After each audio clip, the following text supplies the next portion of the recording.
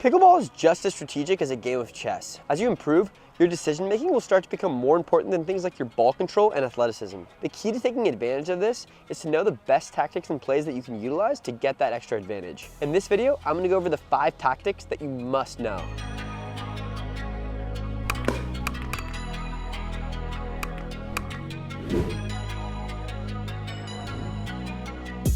So this first tactic on the list is highly effective, and it's something that I like to call the 2-shot put away. So when you're up and your opponent's back, a lot of the times they'll give you a high ball. When you get the high ball, obviously you want to hit it hard and try to end the point with it. The problem is though, the pickleball court is not very wide. So there aren't many gaps for you to hit the ball by that, right? So it's pretty hard to hit a winner on your first shot, right? On your first put away. The 2-shot put away essentially is the strategy of opening up the court with your first put away and then going to the open court with a second put away. A lot of players hit one put away and they don't expect it to come back, and they end up missing in the net, or they give them an easier shot. So you want to make sure when you get a high ball, let's say I have a high put away right here. If I go middle, then on that next ball, I can go for the angle and I'll win the point like that. So let's see how that looks. So here I'm going to take my first put away more towards the middle, which gives me the opening to go for the angle. A lot of players, guys, when they hit that first shot, they're just not ready for it to come back. You might even need to hit 3 or 4 of these before your opponent finally gives you an easy enough one where you can end the point. So remember, the point's not over until it's over. If you find that your opponent's getting a lot of your putaways back, try opening up the court and doing it like that, and I'm sure you'll have success. Our next tip is that occasionally being really aggressive while you're serving can be a great way to mix things up and keep your opponents on their toes. What I mean by this is that occasionally you want to deviate from the standard strategy of dropping your third shot and trying to move forward for the dink game. So usually the way that you do this is with a third shot drive and a crash, which is where you close the net and try to take advantage of your opponent's pop-up. Your partner can also close and take advantage of the pop-up. Usually when they take advantage of it and they hit the ball, it's called the shake and bake. So like I said, occasionally being aggressive can be highly effective, but you need to make sure that you don't do this too often. I'll talk about how often you should sprinkle these plays in section 4. Before that though, I want to talk about shading. Shading is something that every pickleball player, regardless of level, needs to know. So you might be wondering, what is shading? Think about it this way. If I'm on the pickleball court, am I always going to be standing in the direct center of my side? No. Generally, I'm either going to be shifting towards the right or the left of my box, right? And if you've watched high-level players play, you've probably seen them do this. The question is, when do you shift and where do you shift? So when your opponents are back, generally, you follow the ball. So you go to the same side that the ball is on. So if I hit a ball to my opponents over here on the right side for them, the left side for me, generally, I'm going to shift to the left, and my partner will shift towards the middle, okay? That's because if they use a drive and they try to go middle, my partner can cover that. And if they try to go down the line, I can cover that. The odds that they go for a really sharp angle are not very high. And if they do that, the ball will probably travel very slowly, so my partner will be able to cover that ball. So a good rule of thumb is that off of your return, you should follow the direction of the ball. So if you go cross court on your return, you follow that cross court ball path and you go more towards the side that you hit the ball to. That way you start off the point shading. When everyone's at the kitchen, the same concept applies. You generally shift towards the side of the court that the ball is on.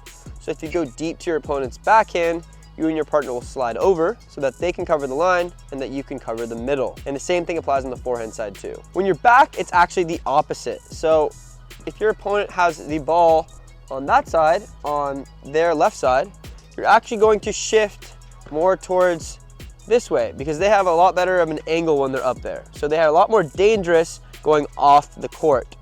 Not as easy for them to win the point by going down the line. So you're shading at the back of the court is actually in the opposite direction. What I will say though, is that it might be hard for you to implement all of these tips into your game immediately.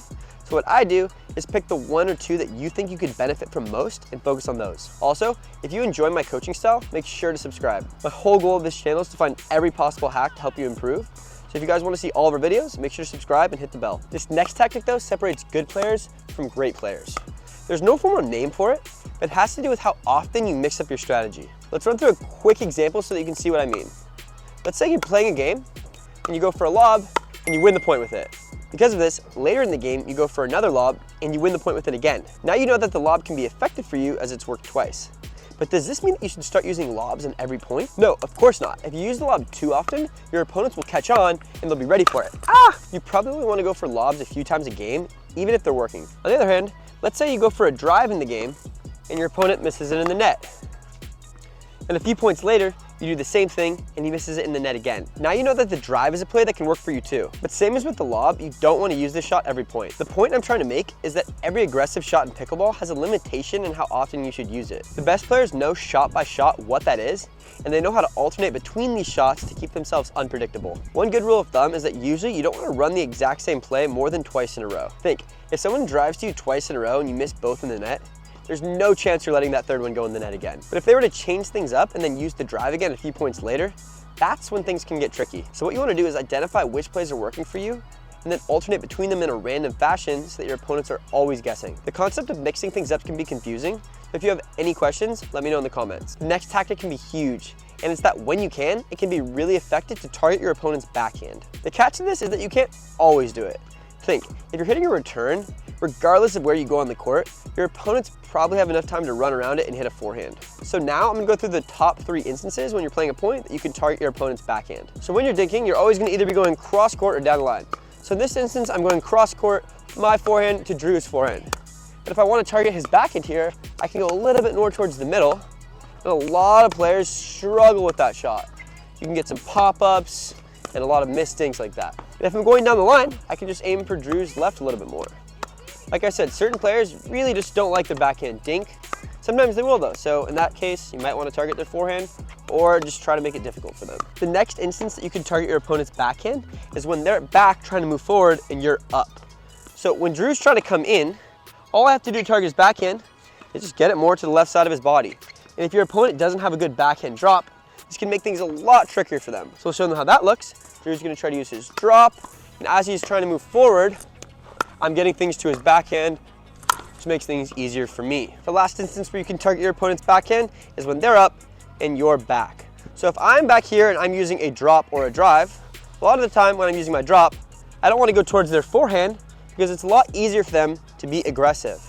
A lot of players aren't as good at being aggressive on their backhand, so what you can do to make use of that is go more towards their backhand, whether that be to this player or more angled to that player. So all I would need to do is just aim my drop more towards Drew's backhand, which it's a little bit harder for him to be aggressive on. It doesn't have that roll shot. It gives me a straight shot in. And if you think it would be tough to be this accurate on your dinks, this is the kind of thing that you can practice on the Dink Master. And if you want to see 10 pickleball tips that I wish I knew earlier, watch this.